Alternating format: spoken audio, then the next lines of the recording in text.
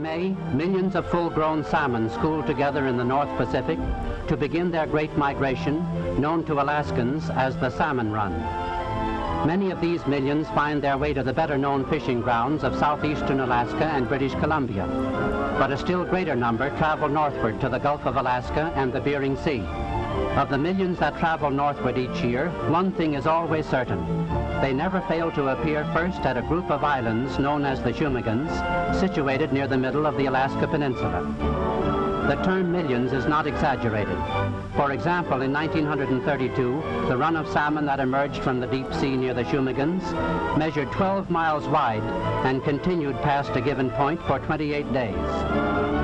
It seems strange that these salmon should come first to the Shumagan Islands instead of seeking the more direct way to the Bering Sea through the passages to the westward between the Aleutian Islands. But science offers a reason.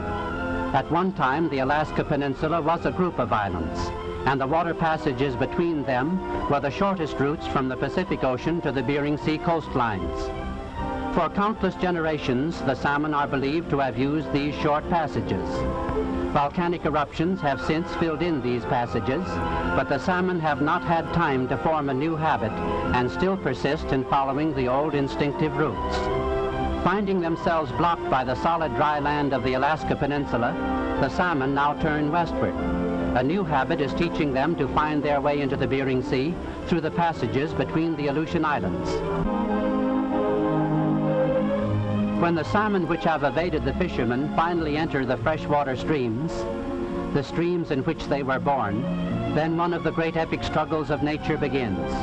Day after day, week after week, for hundreds and even thousands of miles, they battle their way upstream against swift currents, seeking quiet waters where they may spawn. In the salt water of the ocean, these fish were in the finest of condition. Now in freshwater streams, they stop eating entirely, lose their beautiful silver color, take on brilliant hues of pink, red, and purple, and they are safe from fishermen's nets, for they are totally unfit for human consumption. Some of the streams are so shallow, they travel for days and weeks with their backs out of water. Their particular mission in the economy of creation is to see that their species is perpetuated, even at the cost of their own lives. Next year, their offspring will swim downstream and lose themselves in the ocean. But the adult salmon, now fighting against the swift current, will never return. For as soon as the spawning is done, they die. Self-preservation, proverbially the first law of nature, in this instance becomes the law of the preservation of the species.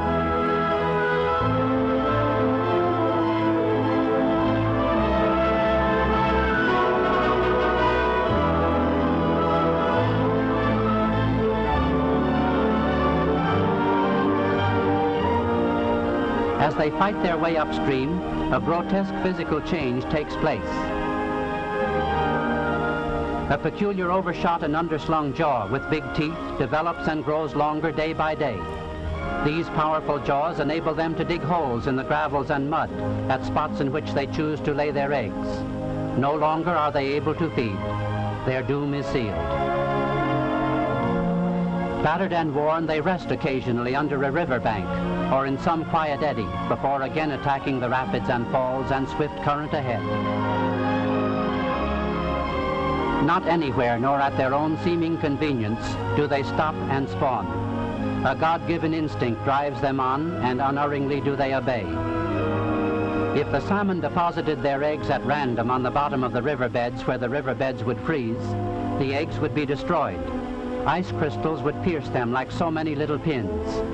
With the cunning of God-given instinct, they drive onward until they reach a spot such as this, where bubbling springs come up out of the mud and gravel. Instinct has taught them that water coming directly from a spring does not freeze in winter, and here the eggs will be safe.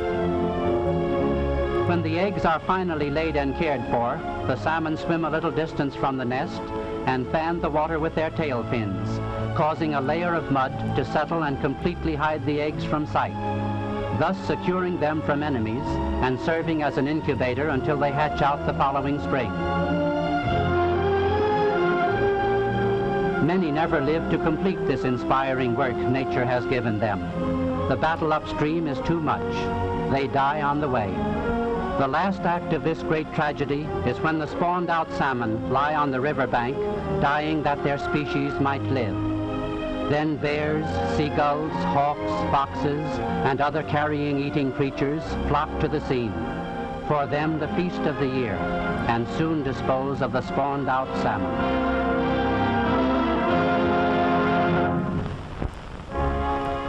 Seward thought he had bought a land of gold. He had. But it was really these silver millions that made Alaska so valuable to America and the world.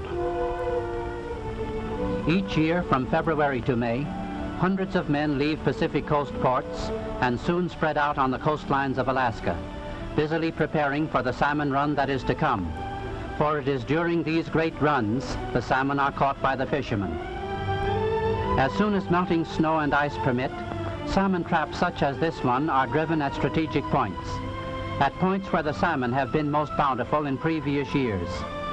These salmon traps, consisting of a long double row of piles which stretch out from the land and terminate in another group, box-like in arrangement, are the most effective and economical means of catching large numbers of fish at one time. Between the piles, strong nets are fixed. Then a matter of waiting until exciting words flash by radio from the Shumagon Islands. The salmon are in. The whole country swings into action. All of Alaska becomes salmon conscious, and rightfully, for it means work for over 21,000 men.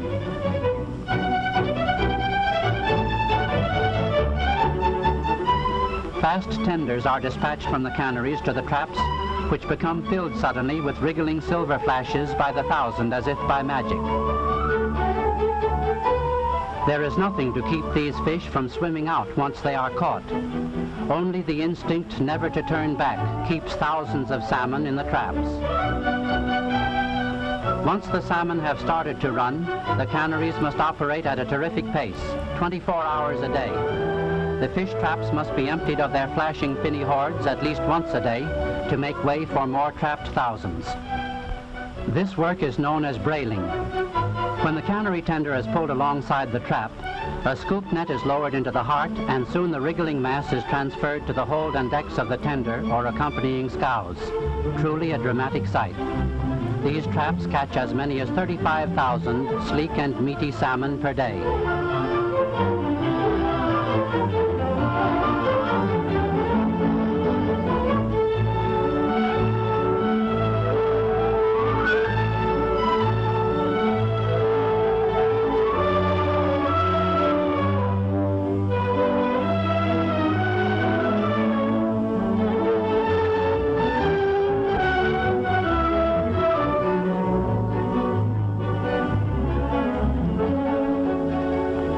This trap fishing, of course, is only one of the methods used to catch the millions of salmon.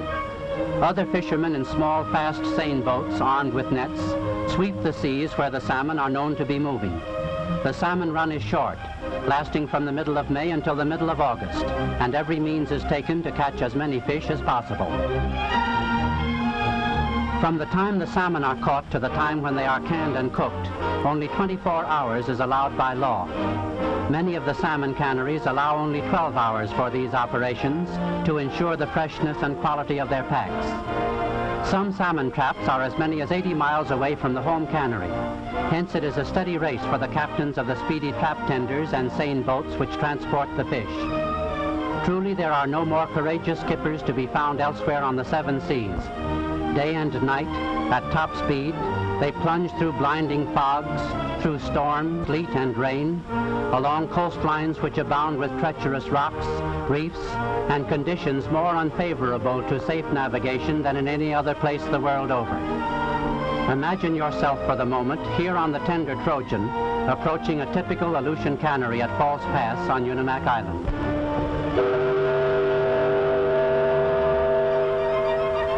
The whistle sends the ever-present seagulls into flurries of screeching excitement. For them it is a dinner bell announcing the approach of a square meal. All during the season they flock to the canneries and wait for the cleanings of the fish on which they feed.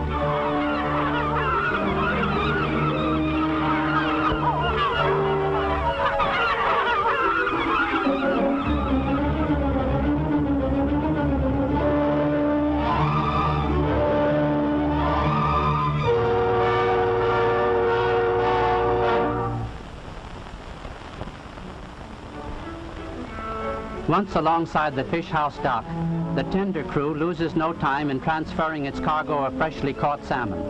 For as soon as one tender is unloaded, there is another to take its place. A seine boat fresh from the open seas, or an independent fisherman with his catch. No human hands touch the fish. A mechanical elevator moves them rapidly into the sorting bins in the fish house.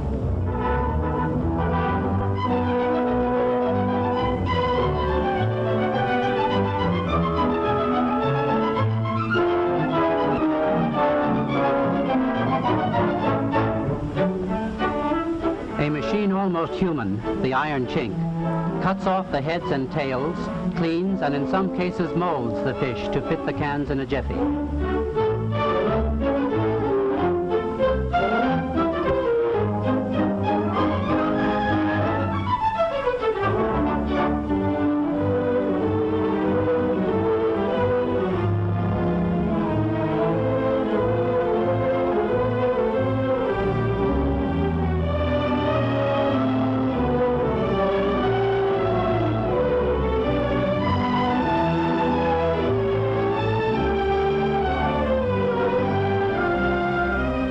From the fish house, the salmon travel in pure, clear spring water to the canning house.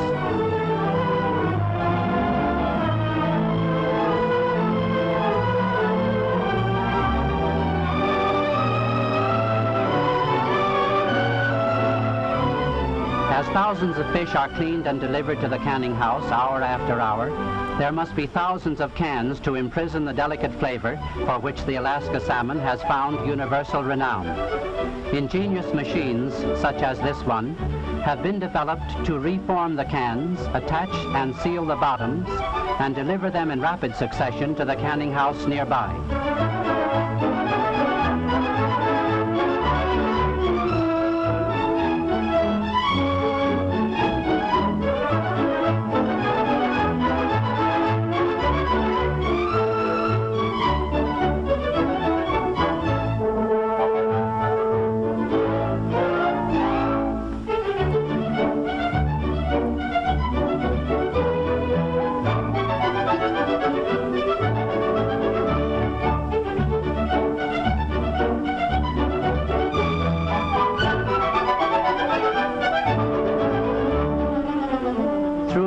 During which the salmon industry was growing in Alaska, can manufacturers found it advantageous to ship partially formed cans to the fisheries.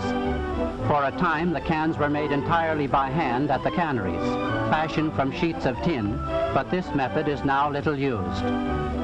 Finally, the idea of shipping partly manufactured cans was evolved by the can manufacturers. Millions of these are now shipped to Alaska, where they are completed at the canneries.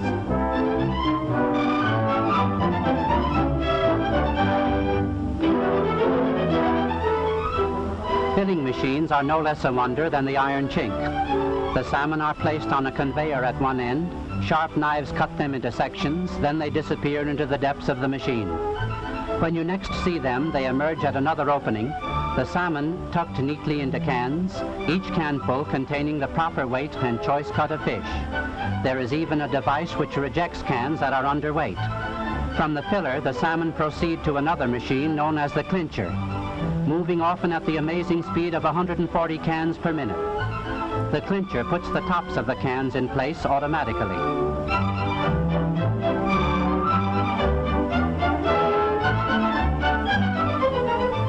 Next along the route of travel is the vacuum sealing machine.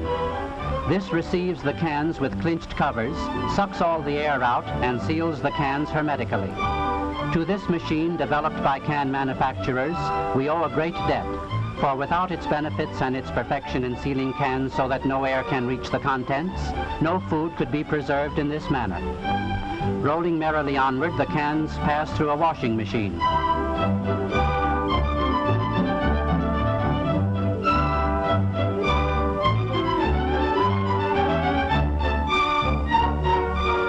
Then nimble rackers scoop them up and place them on the cooking trays.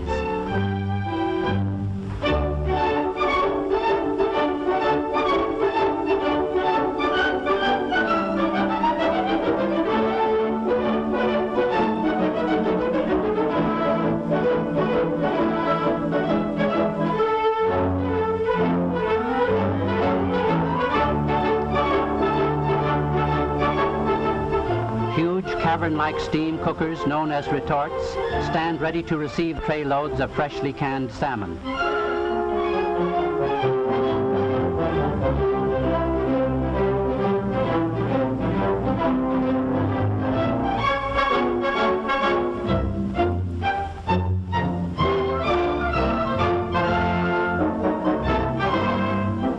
For an hour and a half, the salmon cook under heavy steam pressure, simmering in their own juice until done to a queen's taste.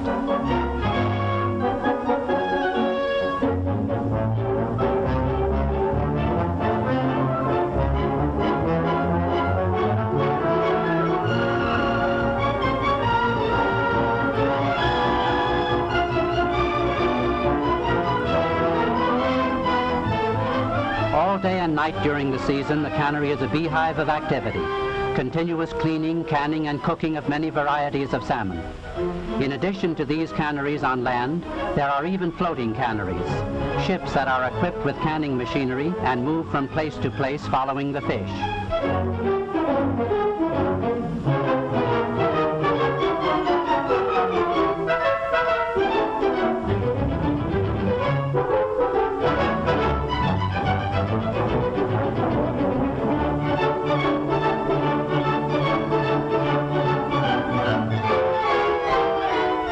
Constant inspection eliminates the slightest leak in any can. Cans properly sealed contain no air, and this ensures the continued freshness and purity of the salmon. Usually in 12 short hours, salmon fresh from the sea are sealed fresh in the can and set out to cool.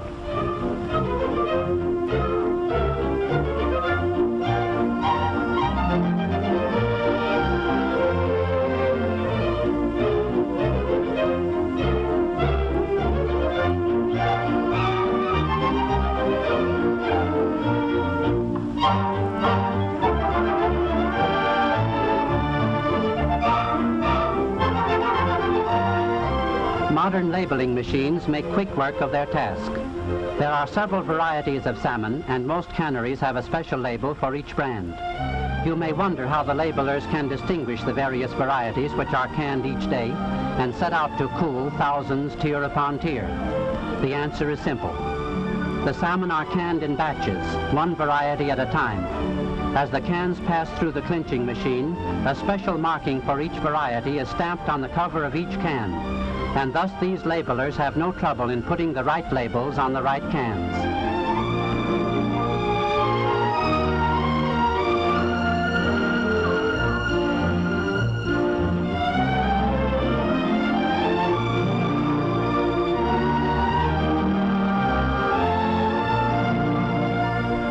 Labeled and boxed, the salmon are now ready for shipment to the markets of the world. Canada, Europe, especially England and the British Empire in general, are Alaska's best customers, and our own country, of course, is the greatest consumer of all.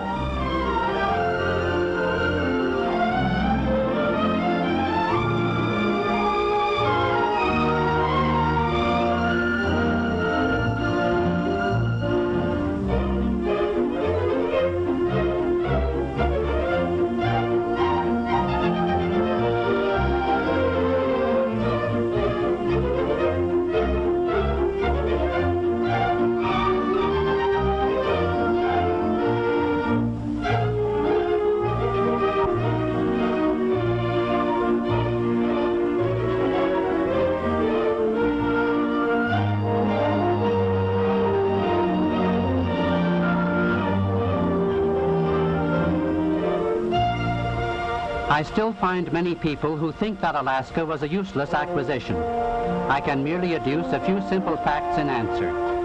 Each year, the original purchase price of Alaska has come out of the great 590,000 square miles of territory in its gold output alone. The furs of Alaska have yielded millions. Farming and dairying are now succeeding in the Matanuska Valley. There are almost inexhaustible deposits of coal, oil, sulfur, iron, copper, and other metals and minerals worth millions. Its forests would supply the world indefinitely with pulp. But even if Alaska had none of these tremendous resources and supplies of raw materials, it would have been worth its price merely for the wealth of its adjacent waters. For the salmon industry grosses each year In canned salmon alone, several times the original purchase price of the whole territory. Truly, Seward signed for a bargain. Not Seward's folly, but Seward's far-sighted wisdom.